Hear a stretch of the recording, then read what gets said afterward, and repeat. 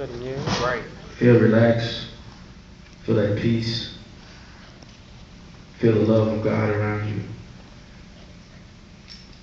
Sacred. Most times, many of us don't even know it. God is always dwelling with us. We just have to focus and lock into ourselves, because God is right there with us all the time. All the time. I'm going to use a biblical reference tonight. Most times in this fellowship, I hardly reference the Bible. But my father has been talking from this scripture. Terrence, Matthew 6, verse 24. And it reads, "Therefore do not worry about tomorrow, for tomorrow will worry about itself. Each day has enough troubles in its own." I want to talk about a subject of staying present, being present, staying in the present moment. I talked about this last week, which was part 1 of it. So this week will be part 2, staying in the present moment. BJ, how do we stay in the present moment? We learned that we stay in the present moment last week by alleviating distractions. For example, right now, if you are texting on your phone, perhaps, that could be a distraction while being here right now in the present moment. We learned that being spoiled, Patricia, was also staying in the present moment. I've learned that most spoiled people receive not only their needs, but their wants. And also, because they receive their needs and their wants, they supply others with whatever it is that they need. We also learned that letting go of the past, not worrying about the future, is also staying in the present moment. And I want to hang around there for a while. I passed out some, actually Ms. Davis passed out some quotes to everybody. I want to know who has number 1. Look on your paper. Ashley, you have number 1? Terrence, would you go ahead and read her number 1 for her real quick? Buddha says the secret of health for both mind and body is not to mourn for the past, worry about the future, or anticipate troubles, but to live in the present moment wisely and earnestly. How many of us in here know that we constantly review things that have already happened? Constantly can we review things that have already happened, trying to explain them in the terms of our own or someone else's actions, and all that kind of thinking does, Elton, is lead to blaming or guilt. Somebody that has number 2. Who has number 2? Go ahead and read number 2 for me real quickly.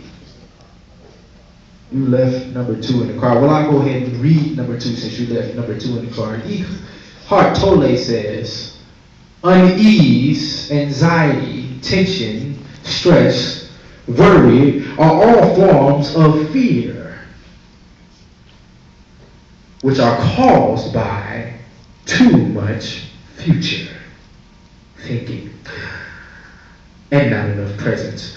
Guilt, regret, resentment, grievances, sadness, bitterness, and all forms of non-forgiveness are caused by too much past and not enough presence.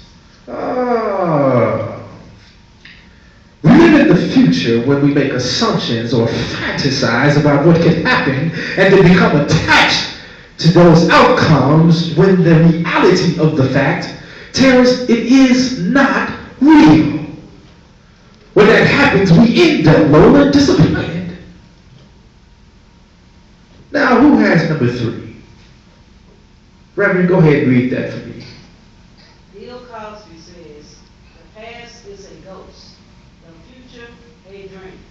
All we ever have is now. All we ever have is now. Whether we are consumed with positive expectations, some call that being optimistic, or negative projections, some call that being pessimistic, we are not staying in the present moment. A famous quote by Annie Dillard: how we spend our lives is how we live our lives. When you spend your life living in a false reality, BJ, you have become just as false as the reality that you're living in. We lose the power of the present moment because we are rarely shown in it. And let me say this, just with love and justice, if we're not careful, our dreams and visions can be false realities. Many times, Krishanda, many times I fantasized about the woman God is going to send to me. Many times I've dreamed and played this and prayed about the woman that I believe that I should have. This is a true story. About 6 years ago, reality comes to mind. Mind you, I feel as though I see this woman that I have prayed for, that God has shown me, that I feel that God has shown me in my heart, in the flesh. I go after her, Reverend, because I've had visions and dreams about what I desire with already created illusions in my mind about who she is and why she is here. It seems this woman fits the description that I've had in my dreams and my visions. A Melissa Ford body type, shaped, smell, a caramel honey complexion, long wavy hair with clear smooth skin, feet and nails are nicely done to the T, very pretty teeth, smells delightful, classy, and also mysterious, with a look of virtuosity. All of these wonderful attributes I see and recall in visiting just by seeing her in person. I believe in this vision and this daydream I have so deeply that I've totally forgotten about the reality, which is I do not know who this woman is. I have literally built myself up with already made up thoughts about this person. I approach her with confidence, Brandon, charm, charisma, and proceed to speak to her, and the first thing that comes out of her mouth: I have a man. No, you don't. It's not true. You don't have a man. I don't believe it.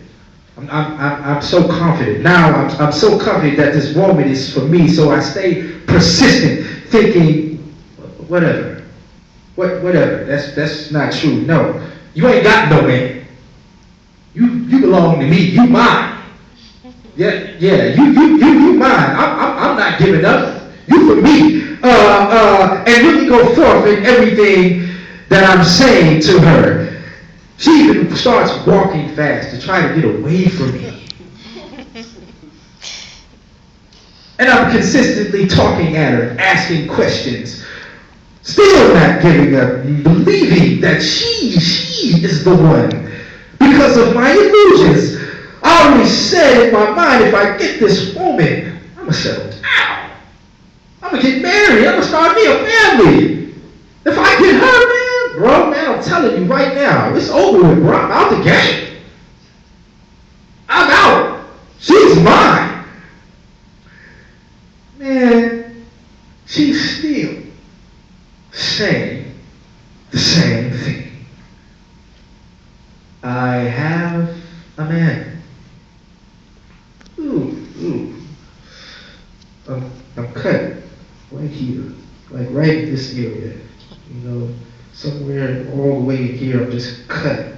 It seems like just like a piercing, is just gouging at me, like right in this area. And I'm just like, come on, you're not not serious. You can't be saying this to me. That's not real. My confidence falls down a little further. But I've owned my belief, Patricia, so much.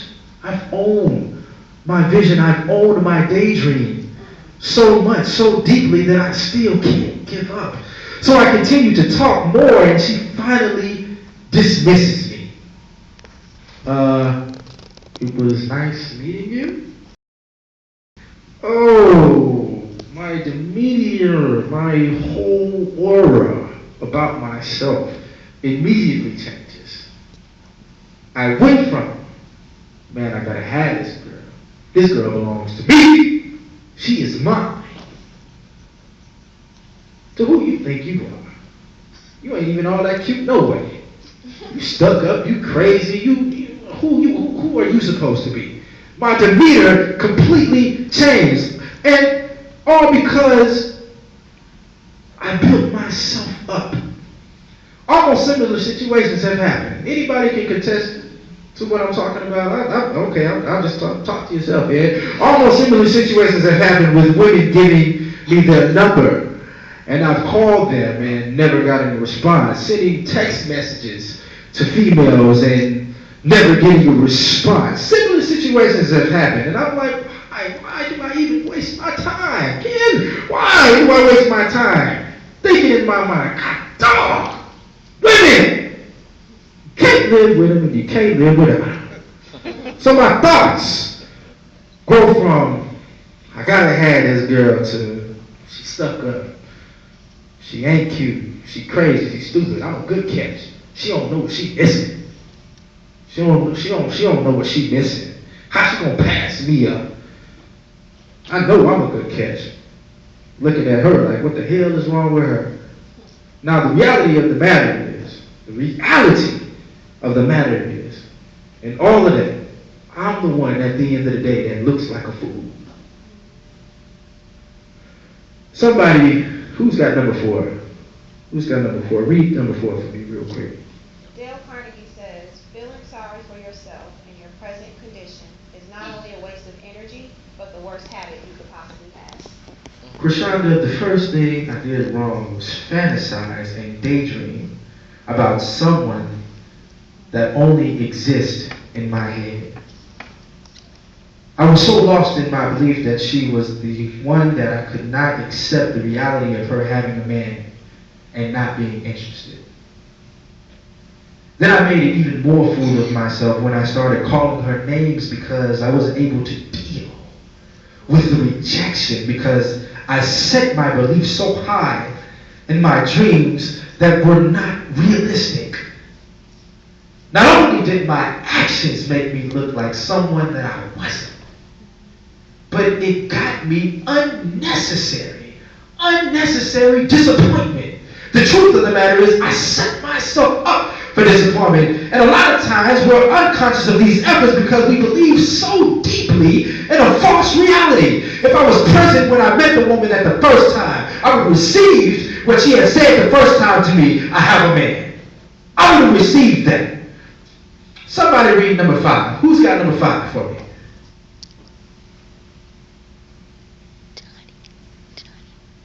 Huh? Oh, Johnny's not in here at this time. But number 5 says, life is available only in the present moment. If you abandon the present moment, you cannot live the moments of your daily life deeply. I shouldn't have never daydreamed about something that was never real. Many times I still struggle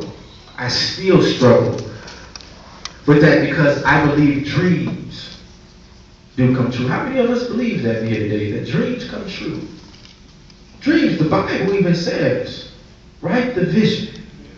Make it plain. Make it plain. Though it tarry, wait on it, and it will come to pass. Yes. Well, I can say in my 27 years of living that what you are waiting on may never come to pass, and what you are doing to go about acquiring it may never work as well either, especially if you are living in a false reality. It's good to see you, Shaquille.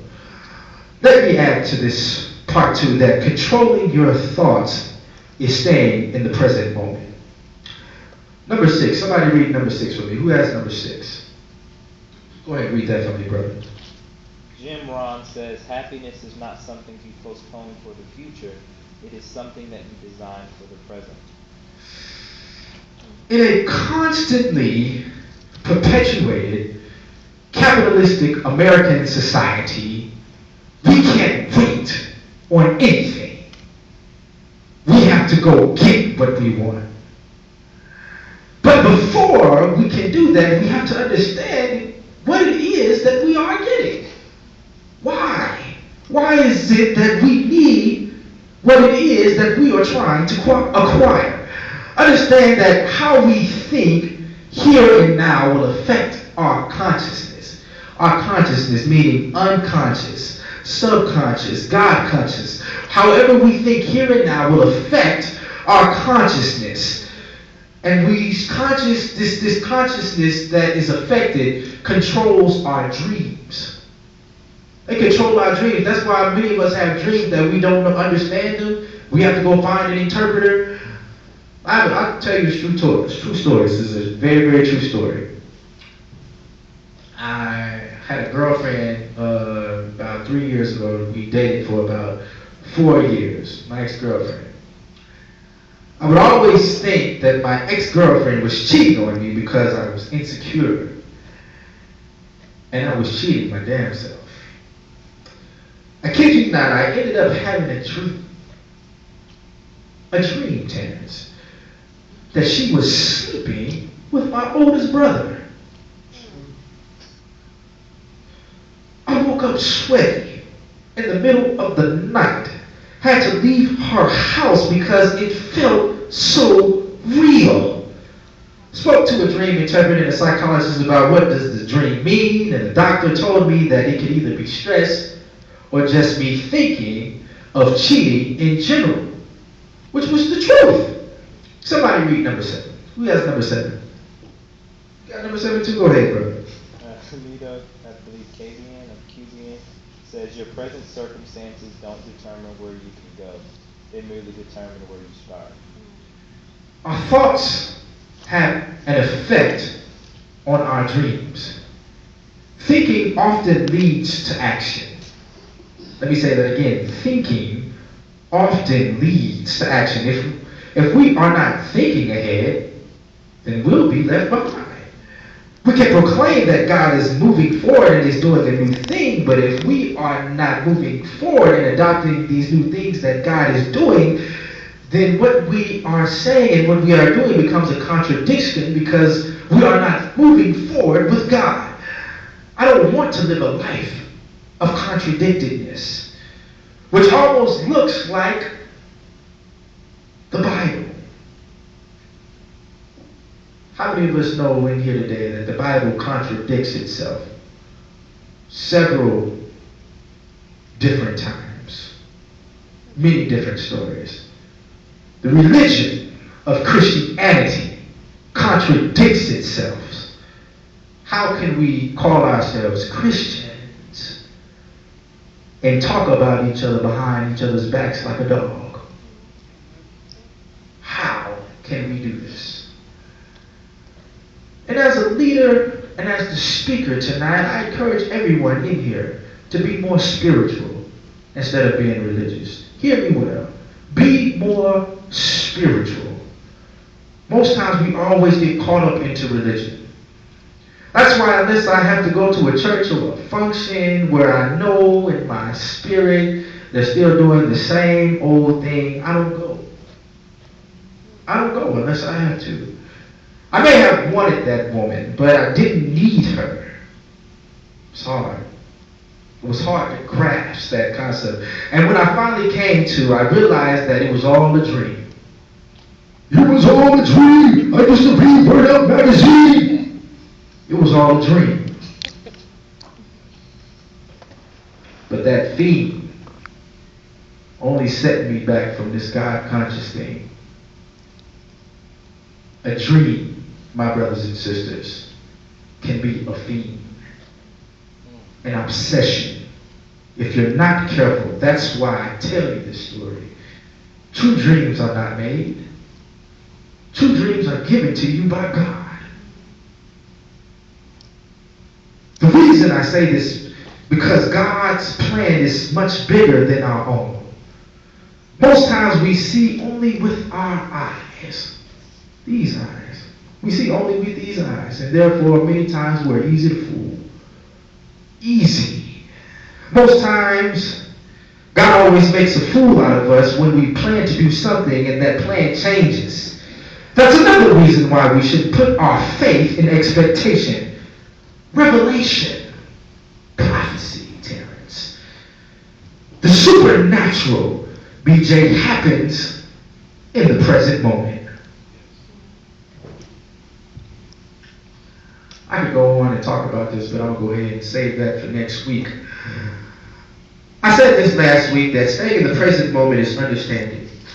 Understanding in the present moment is the very foundation of love. I told the story about how I was diagnosed with ADHD. Anybody know ADHD? That's attention deficit hyperactive disorder. When I was a child, how much I hated it and how much my parents would make me take the medication, knowing that I hated the medication, when we're not paying attention to me and didn't realize that I hated taking the medication, but were only focused on the results of the medication was giving me.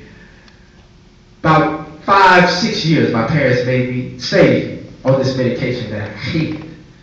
And I told this story to tell you all this. Don't let it take years for you to understand. Somebody got number 8. Read number 8 for me. Ram Dass says, the next message you need is always where you are. Sometimes we just have to listen and pay attention. Just listen, like really, really listen and pay attention to what's going on. Lord, because we clearly miss what that person has been trying to say for years. Jason, my dad told me that the reason most people cheat in a relationship is because they're misunderstood. If no one takes the time out to actually listen to what they have to say or just show them that they truly care, then that person is bound to cheat. Mentally, physically, emotionally, sexually, you name it. The worst thing that can happen in a relationship is being hopelessly misunderstood. Understanding nourishes the present moment with hope. In order for us to truly be hopeful, we must stay present. Hope is realizing that intuition, creativity, connection, soul, and inspiration are only available in the present moment. Somebody has number 9. Where's number 9? Somebody read number 9 for me. Mark Van Doren, American poet, author, professor, says there is one thing we can do, and the happiest people are those who can do it to the limit of their ability. We can be completely present. We can be here, and we can give our attention to the opportunities for us. We can give all our attention to the opportunities before us. I spoke with my father, go ahead and wrap this up. I spoke with my father a few months ago about this ministry, Tabernacle of Hope, which is the outreach ministry of Tabernacle Baptist Church. In that same conversation, my father had stressed to me how important it was for me, his son, to follow in his footsteps. Basically, he got on me about non-participation. Son, I rarely see you in relationship class on Wednesdays. I rarely see you in Bible study, Ken, on Tuesdays. I rarely see you at 8 o'clock a.m. service on Sundays. I kept listening to him for about another 5 minutes, repeating himself, saying the same thing over. And he finally said, son, you have to show interest in what's going on in the church. You have to show up to all these functions if you're going to follow in my footsteps. Anytime I'm here, you should be here. You should be the first one that walks in the door in the morning and the last one that leaves. I said to myself, oh God, this is a hopeless situation. Based on how I felt and my own personal expectations. How many of us in here know today, though, that feelings aren't facts and expectations only lead to disappointment? I felt like Bible study was whack. A waste of time because the Bible is a way to control people, and relationship class wasn't for me because I'm not in a relationship. So why do I need to go?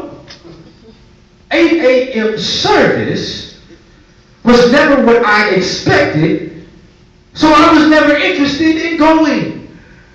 Fortunately enough for me in my maturity, I listened to my father instead of judging what he was saying and stayed present at the time. Thank God. Which brings me to the next quote. Who has number 10? Corita Kent says, love the moment, and the energy of the moment will spread beyond all boundaries. Oh my God, today, have your way. I started going, and I started showing up on the days he was having these events, which is how I met some new people. For instance, my friend over here, Shaquille, Terrence. I started going on these days, and I kept the same attitude, hopeless, thinking everything around me, my brother, looked hopeless. Seeing only with my eyes, attending these functions every time they would meet. But in this process, some new things started to happen. New. Which brings me to my next quote. Read that quote for me. Number 11. Byron Katie says, the only time we suffer is when we believe a thought that argues with what is. When the mind is perfectly clear, what is what we want. Good God about it. I started developing new relationships. People were interested. Like my two brothers right here. I met them, spoke to them, been members of my dad's church for a long time. I met them in Bible study right here. People started becoming interested in my views about the Bible, which is the conversation that I had between these two individuals. And in similar cases, my views on the Bible are similar to my dad's. I'm just less compassionate about it. I'm a whole lot less compassionate about it. I'll go forth and I'll tell you the truth, but I don't care how you feel.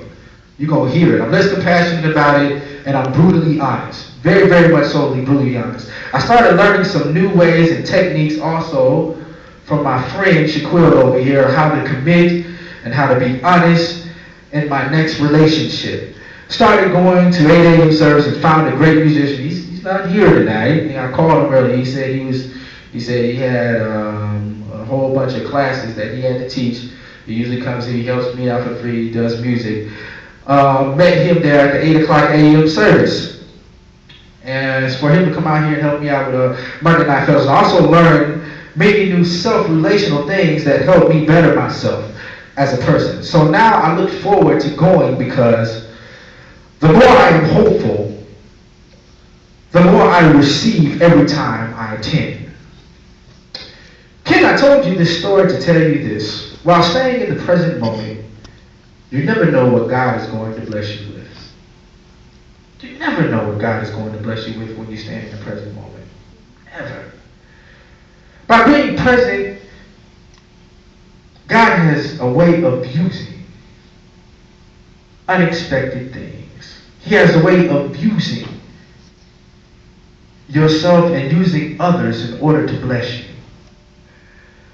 I hope to receive and give something every time I attend all of these functions. Monday, Tuesday, Wednesday, Thursday, Friday, Saturday, Sunday. I hope, and with my hope, I am being present, realizing that God has got a blessing for me.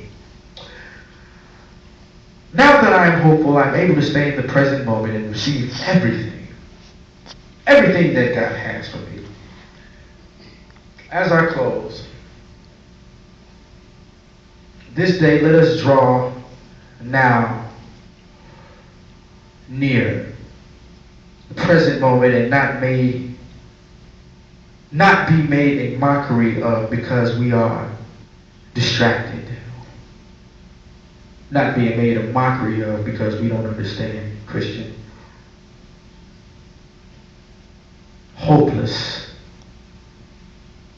or unable to control our thoughts. This day let us rise, as Dr. Maya Angelou would concur, and stay present with ourselves and with those we come in contact with.